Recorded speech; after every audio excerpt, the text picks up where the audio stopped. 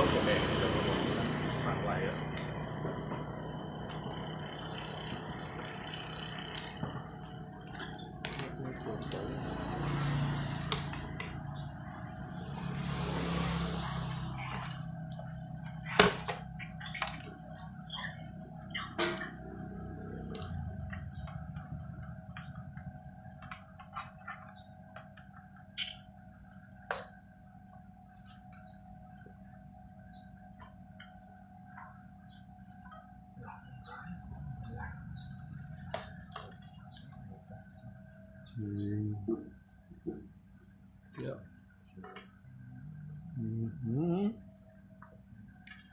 Gì vậy?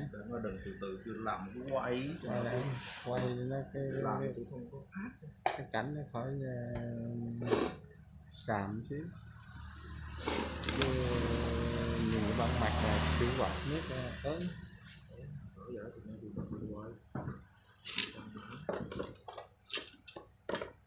bảo về cha bớt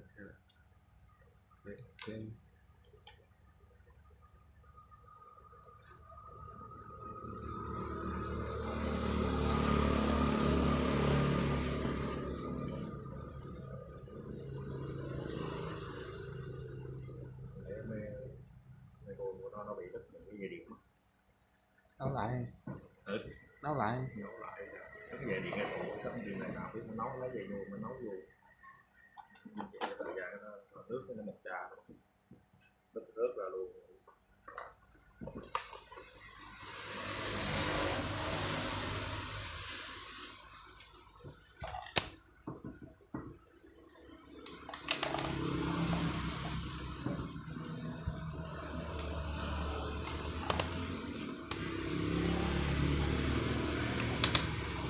trên kia bữa đưa cho thằng Nguyên để lại nó quỳ vốn luôn nó bắt mình làm tùm lum Của bài này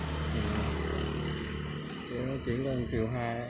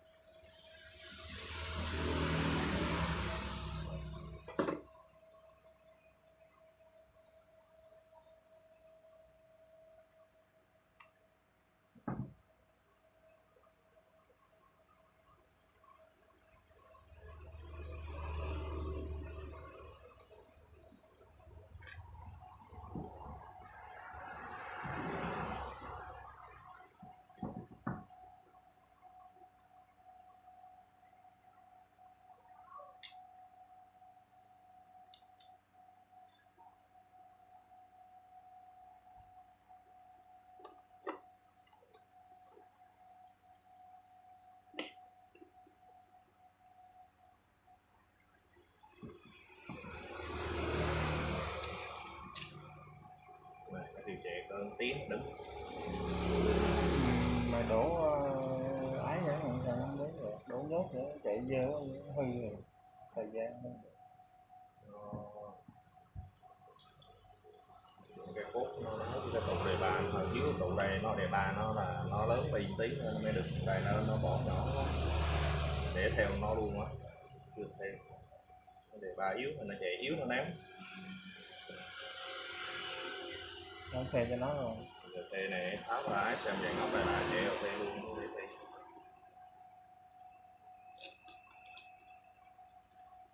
Ai xem cái em hỏi như tiền đó rồi nó chút nhớt còn cái dây điện xa Bôi gì kéo nhiều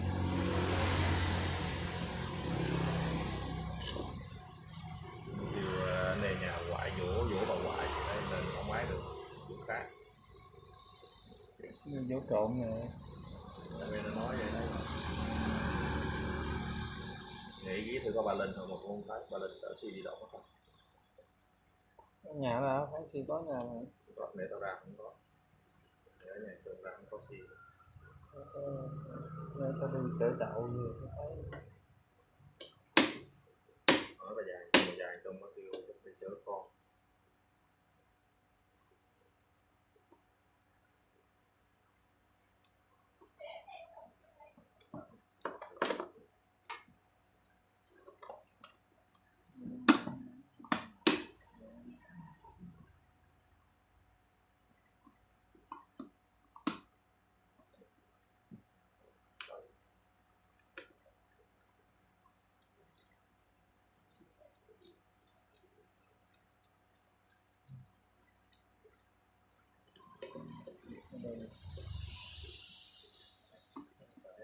Cái đậu mũ mà có ra bụi quá mình mấy anh siêu đi. bây giờ thẳng quá. Sáng ở vừa ăn đi về thấy đấy anh gì chị taxi thành con áo qua cá bắt đầu anh về anh lại khánh tay về xuống bây giờ anh trọng hạnh đó về bán hôm thường tháng cái điện cậu thường hay đi bách điện với nó. Cậu nó mà bà ruột nó mà bà ruột nó yêu của bà già nó mà. Đấy anh xe ôm bây giờ anh trang luôn tại anh chạy xe ôm ba đấy anh taxi sao giờ không có khách rồi anh hút xuống xe ôm anh chạy ai vô chạy từ ở dưới đầu dạo anh chạy lên tới rồi ăn lên tới cổng người ta như vậy đó. Bình thường cuộc sống phải luôn luôn thay đổi. Giờ mấy mình nói chuyện Cái này để làm gì?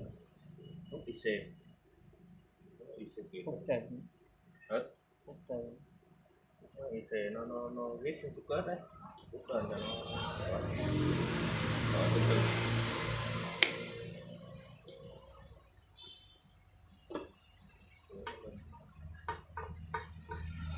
gắm là kiếm tiền bây giờ gắm là kiếm tiền tụ tập hơi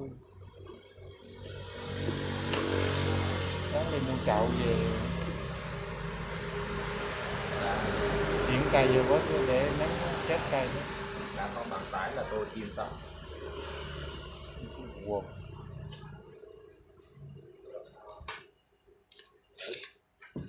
Lý do sao tôi muốn nói thêm hôn vợ về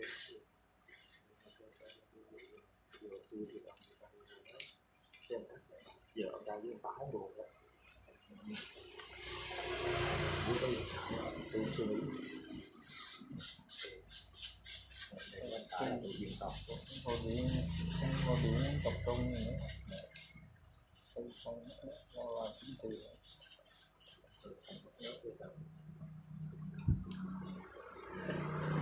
chuyện có tư mai có phí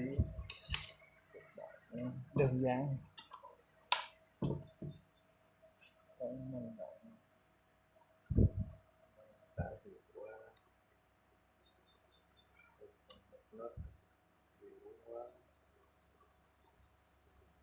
một 6 mà cũng đi hoài.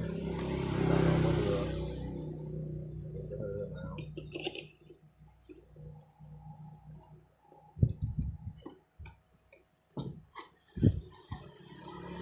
Có cho bà quả nó đến. Ừ. Cho bà quả nó trên này đó.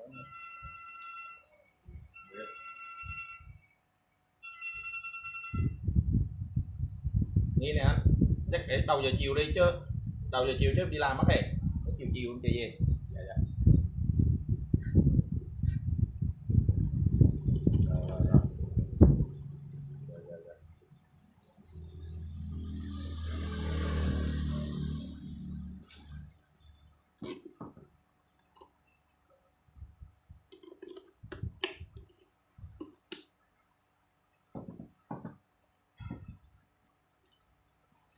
Anh dùng đầu giờ chiều. Dùng bếp ga cho anh lận. Camera ấy. Camera ấy. Bếp ga, Cái vụ bếp ga luôn á. bếp ga nó bị hư sữa, xì ga ba ga bioga á, lâu ngày nó đếm vào cái khói vô trong cái gà dừa, nó đếm vô trong cái chỗ cái đó bật á. Đó là chùi lá giấy nhám ra vậy tinh sơ lại dọn vô.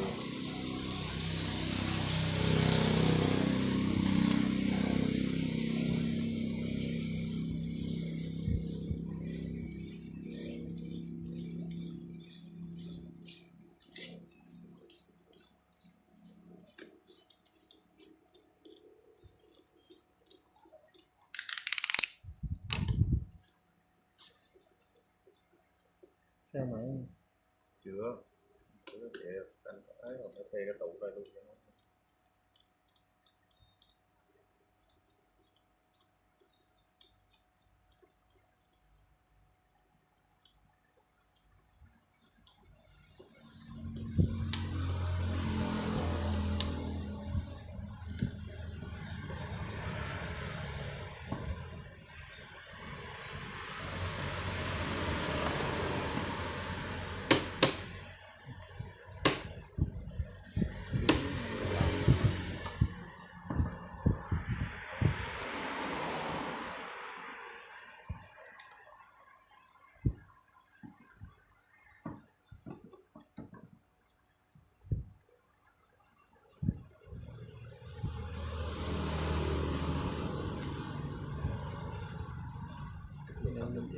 đây đi nhôm mà đây đi nhôm mà Nhôm tại điêu quá đâu cầm gì cũng qua nhà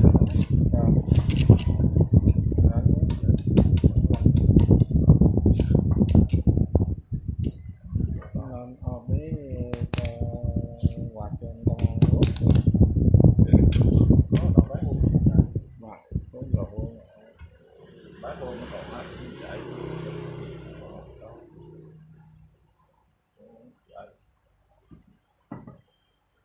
phải thì rồi có hơn nữa là chuyện nó nhiều hơn phía nó mà tao rất hơn biết rồi giải thôi đó còn hơn mà lập tốt điện thoại rồi đấy không đi mua dầm chứ sự nhiệt tình đấy rồi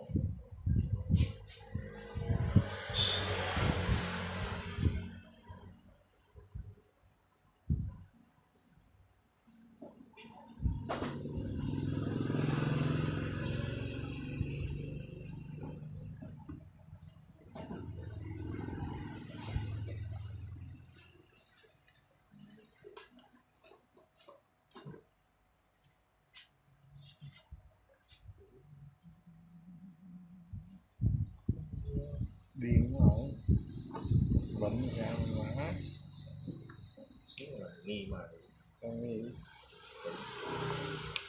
cái mic này cái mic này nó lớn mic này nó lớn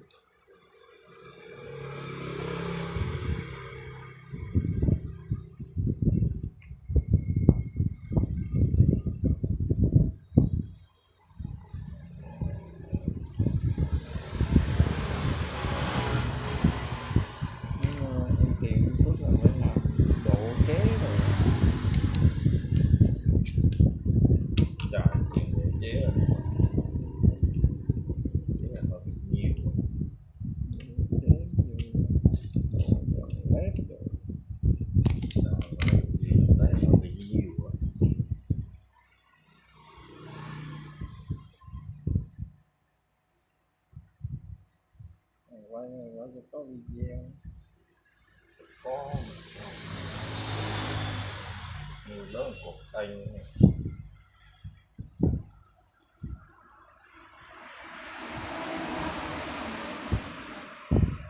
đúng không mà ta lớn cột tay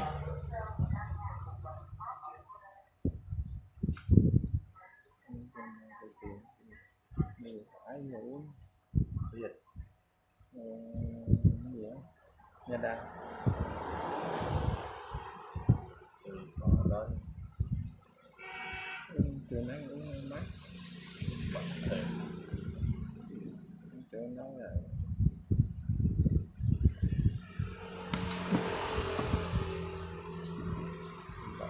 con thì trên chung phải rồi mất hết.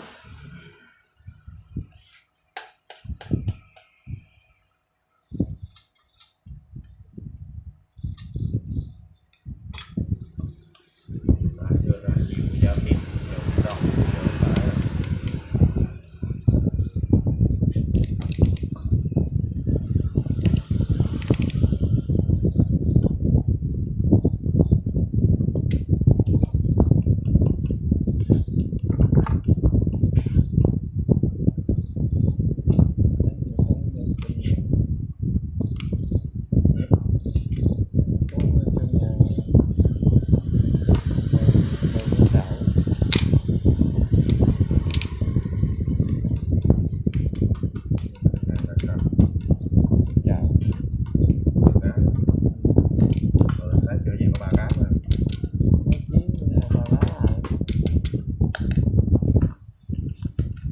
bà nó kêu đi thùng ra thì khẩy vậy mỗi lần lúc miếng ái rồi có miếng chuối vậy có thằng gì nhỏ nhỏ này ra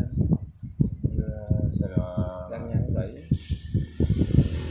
nghe chú xưng thầy nghe chú con có xưng thầy con xưng thầy đây xưng thầy chỗ đây với nữa nghe nhận vậy á mấy bà nhận tạo không giờ đây cho để không tiếng ra thao điện ra đứng chạy em phải đứng